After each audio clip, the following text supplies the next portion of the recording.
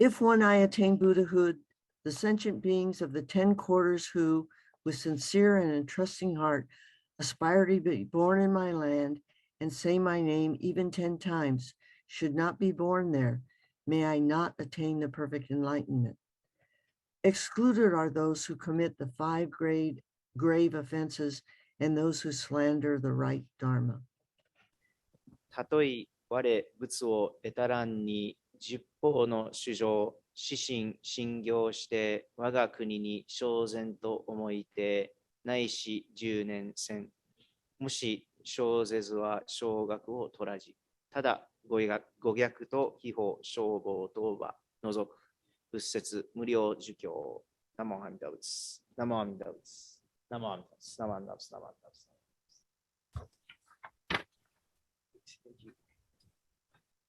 So I would like to move on to the Dharma message for today for the adult version. So just continuing on this this topic of kind of reviewing, I like to talk a little bit about Buddhist customs and what we do here at the temple. So some people, I want to specifically talk about funerals, memorial services, and makuragyo. What's their purpose and why do we do them? Okay, so. Contrary to what might be believed in other Buddhist schools, the Jodo Shinshu school, or Pure Land school, or for short we call it Shin Buddhism here, right, observes funerals and memorial services not as a way to ensure that the deceased or loved one goes to a good place, okay? Rather, we observe these services to express our gratitude and remember our loved ones who have physically departed from this world, but are now born in the Pure Land and working on us to encounter and hear the teachings of the Buddha Dharma. So in other words, we do not observe these services as a way of producing good karma that will send our loved ones to a good place. Our loved ones are instead working on us, actually, okay, to get us to awaken to the world of absolute truth. And for that, we express our gratitude. We remember our loved ones through these types of occasions. And that is why I believe that the phrase rest in peace is actually something that we cannot subscribe to, because the person who has passed away is not resting in our understanding, right? The person who has passed away is actually working to get us to encounter absolute truth. And in that sense, is rest in peace, it actually doesn't match with our understanding. Actually, as a matter of fact, I saw somewhere, I was on Facebook or something, someone wrote rest in power, which is something that I think we could agree more with than the term or the phrase rest in peace. So in a funeral, there's offered or proclaimed the homyo. The homyo is a Buddhist name. In other Buddhist schools, they call it the kaimyo, but we call it the homyo. Okay, homyo, and it's a significant rite to explain that the person is now born in the Pure Land as a disciple of the Buddha, one with the working of Amida Buddha's great wisdom and compassion. And that's why every homyo begins with the word shaku, shaku nantoka nantoka, shaku ni nantoka nantoka, right? And that's that shaku is comes from shaku song.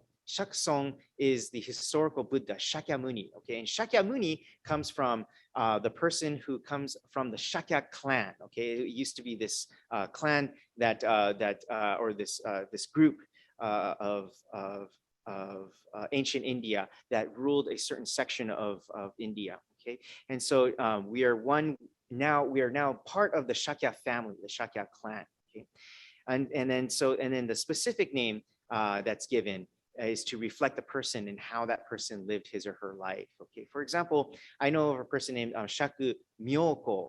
Myoko means wondrous fragrance, wondrous fragrance. Again, the fragrance that we referred to earlier. Okay, so scent in Buddhism is very important if you haven't noticed by now. Okay, so scent is fragrance is very important.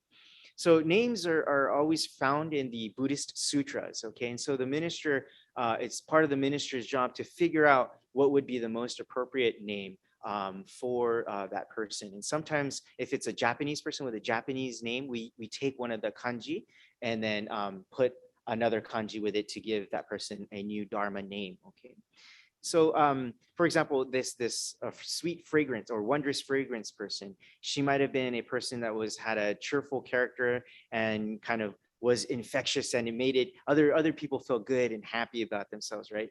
Or she left a lasting impression on the people around her, like the sweet fragrance of a flower. Okay, so in this way, from the Pure Land, Miss So and So, right, works to permeate the Buddha Dharma as if a wondrous fragrance would. Right? As we remember and recall our fond memories of this person, we nod in loving agreement and create a deep connection with Amida Buddha's compassionate activity as we open ourselves up to the Buddha Dharma. And this is one example of how we kind of provide the whole meal for the person. So one of the terms that we like to say is that the person returns to the Pure Land, or this dynamic reality. And when I say the word dynamic here, I don't mean like dynamic duo, or that they use in superhero things, or the amazing nantoka nantoka, right? That's not what I mean by dynamic. Okay, dynamic is a technical term that means moving. Okay, it means that it's moving. So I'd like to give you an example of what I mean by the Pure Land that is moving. Okay, so if you could close your eyes. Okay, and in closing your eyes, try to imagine or picture to yourself an ocean. Okay, so let me ask you, when you pictured this in your head, this ocean, was it a still ocean in your head? In other words, was the ocean one big still body of water, or was it moving? Right, I think many of you might have thought of a still ocean, right? Now let's try another one. Okay, I'd like to ask you to picture another thing. Okay? Try to picture yourself crashing waves on the beach. So when you picture this, is it moving? Right? It most probably is moving, right? You can even maybe even hear the ocean waves crashing. You can imagine what that sounds like. So these two pictures of the same ocean, right? The ocean in general, and in the crashing waves, right? It's the same one ocean, right? There's the still photo of the ocean, and then there's the moving waves of the crashing waves.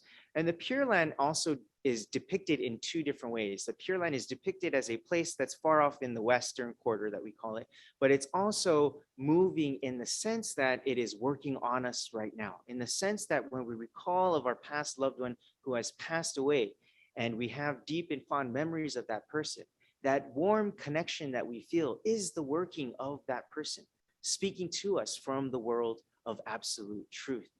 And in that sense, we say that the Pure Land is moving.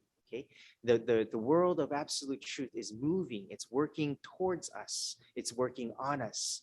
As Amida Buddha stands towards us, truth is coming to us, okay, and tries to embrace us. And it is a matter of us simply awakening to that truth or not.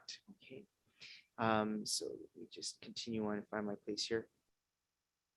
So the Pure Land is both still a still picture, but it's also dynamic and it is moving. And this is a very important point to kind of keep in mind. And it gets kind of very technical and difficult, but I'll leave that explanation aside for another time. But suffice it to say that there's different ways to explain the working of the Pure Land. Okay, so I'd like to move on now and continue on. The other thing about these funerals is that a lot of times people get concerned about the size of the funeral, So the size of the funeral and how many people come in attendance does not matter, of course, right? So if it's 50 people or 500, 5,000 people, it does not matter, right? And it's not a numbers game. It's not about competition or popularity contest, right? It's not hazukashi if people don't come to your funeral or anything like that, right? It has nothing to do with that, right? The important thing is to create an opportunity to encounter the Buddha Dharma, not only for the grieving family, but those who are in attendance, friends and family who have come to the funeral service. Okay. A makuragyo, or what's called a bedside service, is a time when the minister comes to speak with and simply be by the side of the person who is about to pass away. So typically there's a short service that is done if possible, or maybe even a conversation with that person while alive, with the hopes of creating a sense of comfort for that person. Many people misunderstand the meaning of a makuragyo. They think that it's supposed to be right at the end or when that person has passed away, but that's not necessarily the case. We can do a makuragyo when that person is still alive, okay? And that's an important also point to remember. Um, it is the time when the minister is simply by the side of the person who is about to pass. And as a minister of SACBC, I also kind of want to emphasize the point that anytime you would like to have a makuragyo, please call me, okay? A lot of times people, endio or kitsukau, and then they say, oh, we don't want to wake up the minister or anything like that. No, please call me. That is the job of the minister, okay? And it is a crucial, crucial time. I know it's a very intimate setting for the family, but it is a crucial time for the minister to come to be with the family, okay? And but there's the other thing I want to say about that is that just because you miss a makuragyo or don't call the minister and do makuragyo doesn't mean that it's some kind of bad omen or that there's some kind of bad luck that goes with that. Okay, that's not the case at all, right? We don't believe in bad luck nor bad omens or bad spells or anything like this, right? It's just that in this very important time in the family's life, it's the minister. It's I believe is important for the minister to be there with the grieving family. Okay, so 24 hours a day, 7 days a week, anytime, please call me. Okay, it could be 3:30 a.m.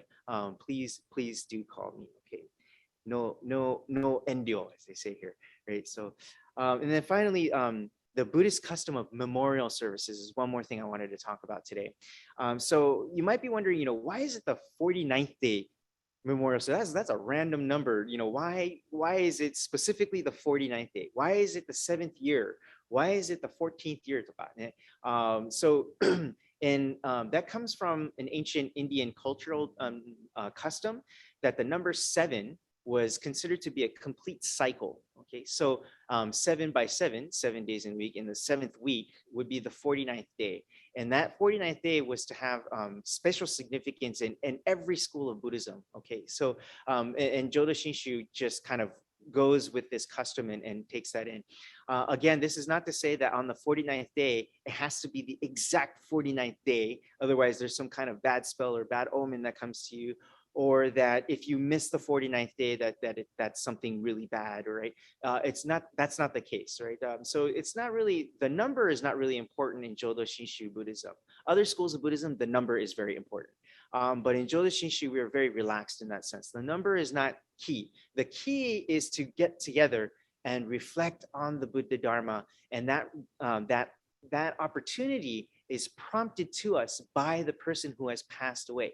Right, so that person who has passed away is creating this going, is creating this this condition in which we can experience and encounter the truth of the Buddha Dharma. So at a funeral, at a memorial service, any memorial service or makuragyo, the person who is passing away or who has passed away is giving the Dharma message, right? In the sense that the person is calling to us from the world of absolute truth to awaken to the Buddha Dharma, okay? And this is why we do these memorial services, okay? A lot of times people think it's from us to the person who has passed away, right? We do something for them. We create good karma for them. We, I don't know, want to do something good for them. But actually, in Jodo Shinshu, it is a complete 180-degree turn. They are doing something for us. And that is what we are acknowledging and recognizing in these services and these observances. Okay, so that's kind of a quick kind of. I just wanted to touch on these important points because I think sometimes people wonder why we do these memorial services, and why we do them in repetition, and then also, what is a makuragyo service? Service. What is a funeral and these kinds of things? And this is our interpretation and understanding of why we do these occasions. Namo Amida Butsu. Namo Amida Butsu. Namo Amida Butsu. Namo Amida Butsu.